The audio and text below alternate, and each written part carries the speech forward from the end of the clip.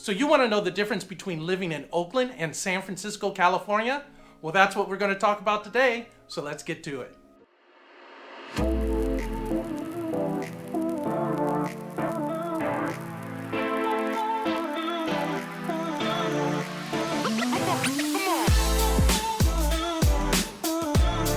Welcome to the Living in Oakland, California channel. I'm Rich Fleming, your local realtor, and I'm here to teach you everything you need to know about living, working, playing, sleeping, eating, whatever in Oakland and the rest of the San Francisco East Bay.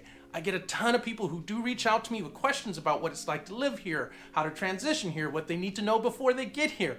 And I love it. That's why I do these videos. So if you have questions, you know what to do. Drop me a text, give me a call, send me an email. Whatever works for you, because when it comes to helping you relocate to Oakland and the rest of the San Francisco East Bay, I got your back. So in today's video, we're going to talk about one of the most frequent questions I get from people who are from outside of the area. What's really the difference between living in San Francisco, California and Oakland, California? And in looking at the differences between living in San Francisco and Oakland, California, I'm going to look at 5 factors that are very important in really assessing these two cities. And those 5 factors are: first, cost of living; second, lifestyle; third, weather; fourth, accessibility; and fifth, safety. But before we jump into that, let's take a look at the very basics about the demographics of these two cities. So San Francisco is about 47 square miles and has a population of 896,000 people approximately. So that makes it the 4th most populous city in the state after Los Angeles, San Diego, and San Jose. San Francisco is a very densely populated city by California standards.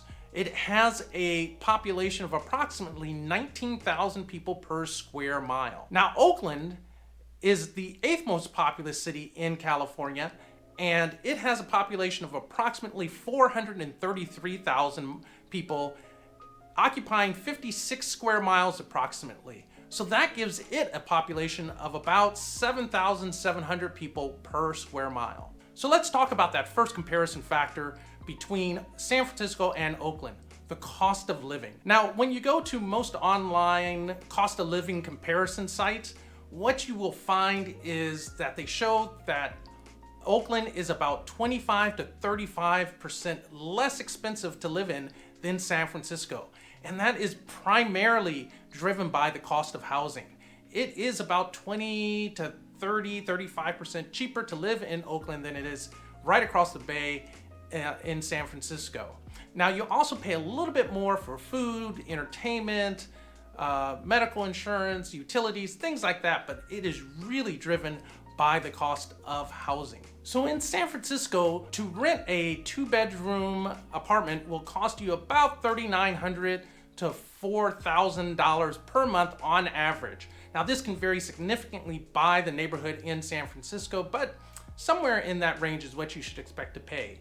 Now, this is down significantly from $4,500 per month for a 2-bedroom apartment at the beginning of the pandemic, around the February 2020 timeframe, but it is still a very expensive rental market.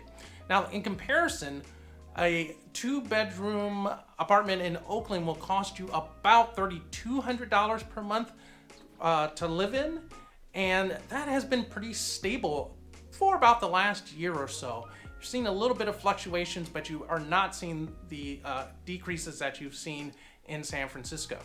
Now, the median home in San Francisco will cost you about $1.4 million, and that's up about 1.5% since 2019. While in Oakland, the median home will cost you $855,000, but that is up almost 12% from last year.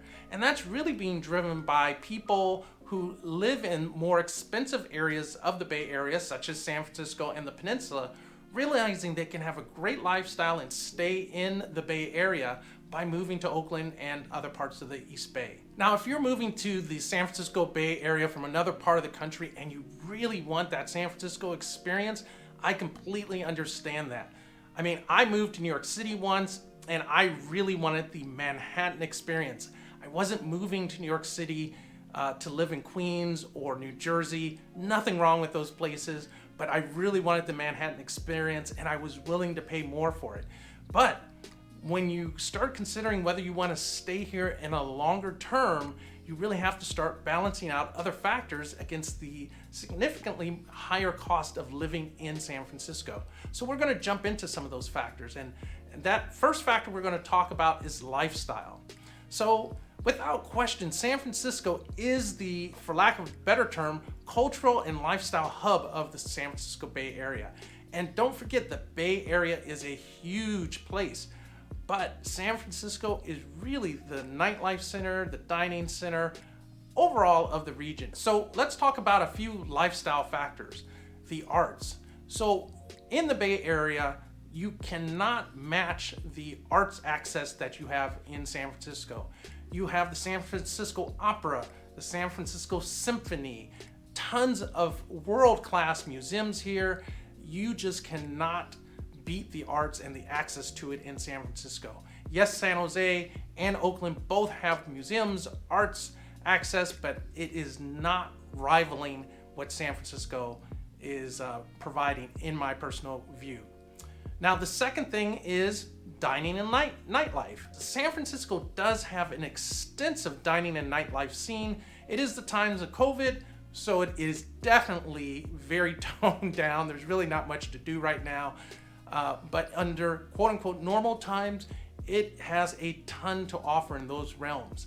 Now, Oakland also has a very thriving dining and nightlife scene, and many reviewers have actually said that Oakland's dining scene is more impressive than San Francisco, but the size and scale of it are smaller. It is a city that is about half the size and it's far less densely packed, so you don't get the same scale of dining and nightlife experiences that you do in the city. But there is definitely a lot of great things to do here in Oakland. The third factor, as far as lifestyle you may want to consider, is access to the outdoors. Now, San Francisco is a very densely populated city, as we discussed before, and your access to a lot of great outdoor things in San Francisco is somewhat limited.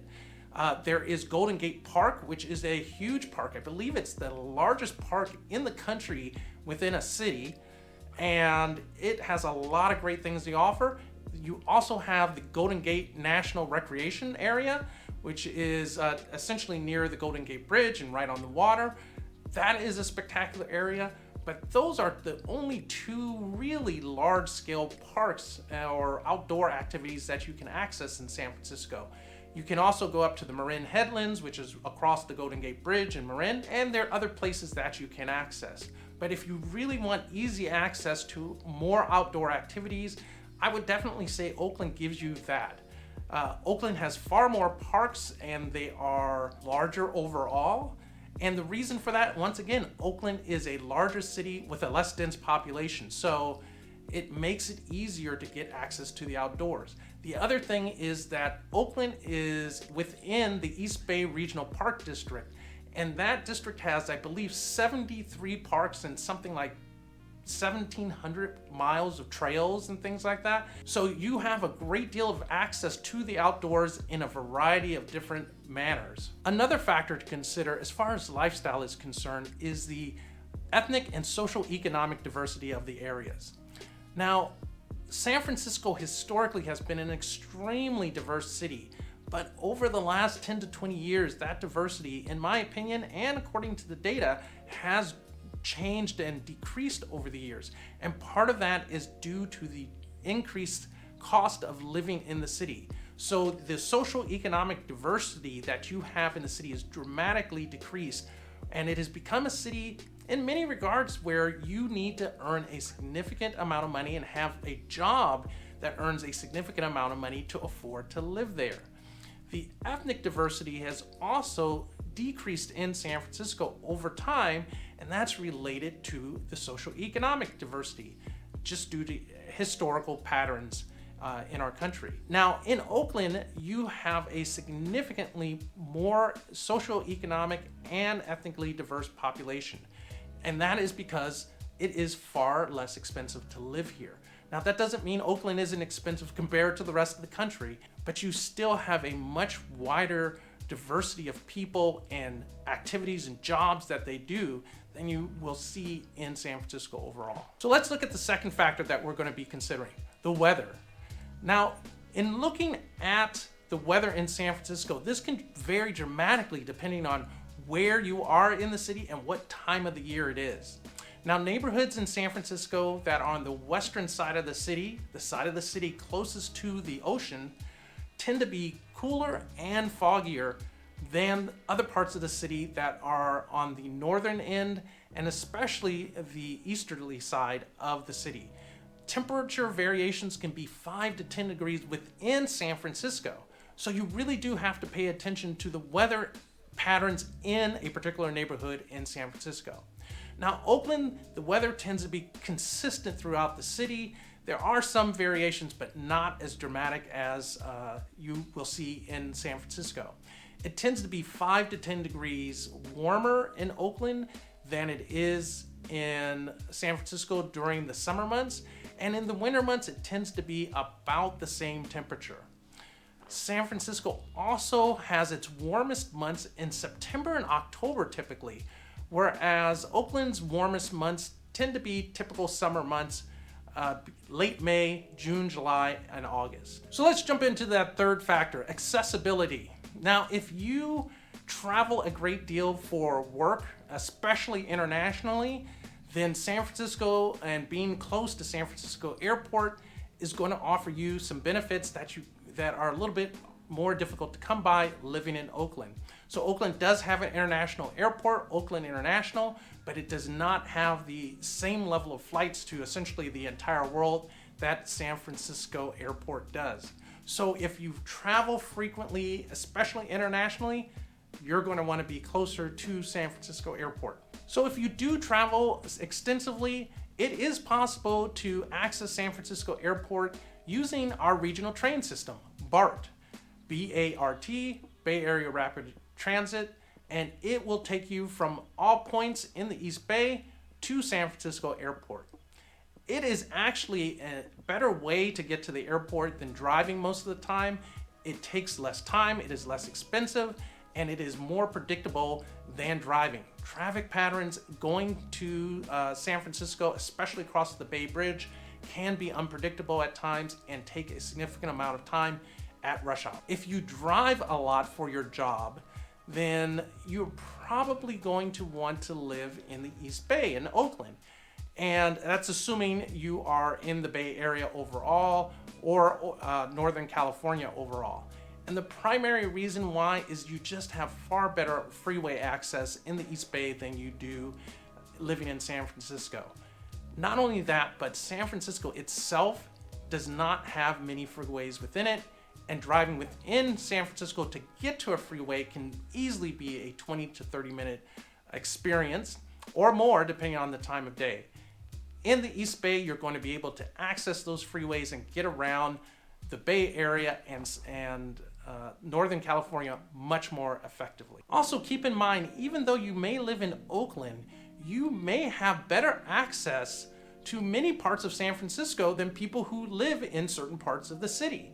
So it is not uncommon for me to be able to get to downtown or the Mission area or Soma area of San Francisco before my friends who live in some parts of San Francisco. And that's because the freeway access and BART access plus Uber just give me much better access than coming from many of the more remote parts of San Francisco. So let's talk about that fifth and final factor I'm using to compare San Francisco and Oakland, safety. Now, when you look at the property crime statistics for San Francisco and Oakland, they are very comparable. And they're similar to a city like Cleveland, Ohio. They are significant problems in both cities. The primary type of property crime is car break-ins. That is something both cities are trying to address, but there is still a long way for both cities to go in this department. Now, when you look at violent crime statistics, Oakland's statistics are definitely higher than San Francisco, and a lot of that is driven by the different socioeconomic bases of the two cities. Most of the challenges in Oakland, like most cities, is confined to a couple of neighborhoods. It is not widespread throughout the city. And if you are aware of where you are and paying attention to your surroundings, you should be fine in just about any neighborhood in Oakland. But it does have its challenges, more so than San Francisco in these few neighborhoods. So which city is better to live in, Oakland or San Francisco? Well, the answer is, it depends. I know you're probably not surprised by that, but it does depend on what your priorities are, what your economic capabilities are, what your lifestyle desires are, what your weather desires are. There are a lot of factors that go into this. I personally have chosen to live in Oakland primarily because of the cost. I love going into the city, but I can't justify for myself the extra expense of living there. But I also love the lifestyle of San Francisco. It is a great place to live. It is a great place to visit. So you really just have to come and visit both places and see what works best for you. But you can't go too wrong in either city. So if you have questions about anything I talked about in this video, San Francisco, Oakland, anywhere in the Bay Area, well, that's what I'm here for, to answer your questions. So you know what to do. Give me a call, drop me a text, send me an email, whatever works for you. Because when it comes to helping you with your transition to the San Francisco Bay Area, I got your back. If you like this video, please hit that thumbs up button so YouTube knows to show it to other people that have interests similar to yours. Hit that subscribe button, hit that bell notification so you know each and every time I drop a new video, and I'll catch you in the next video.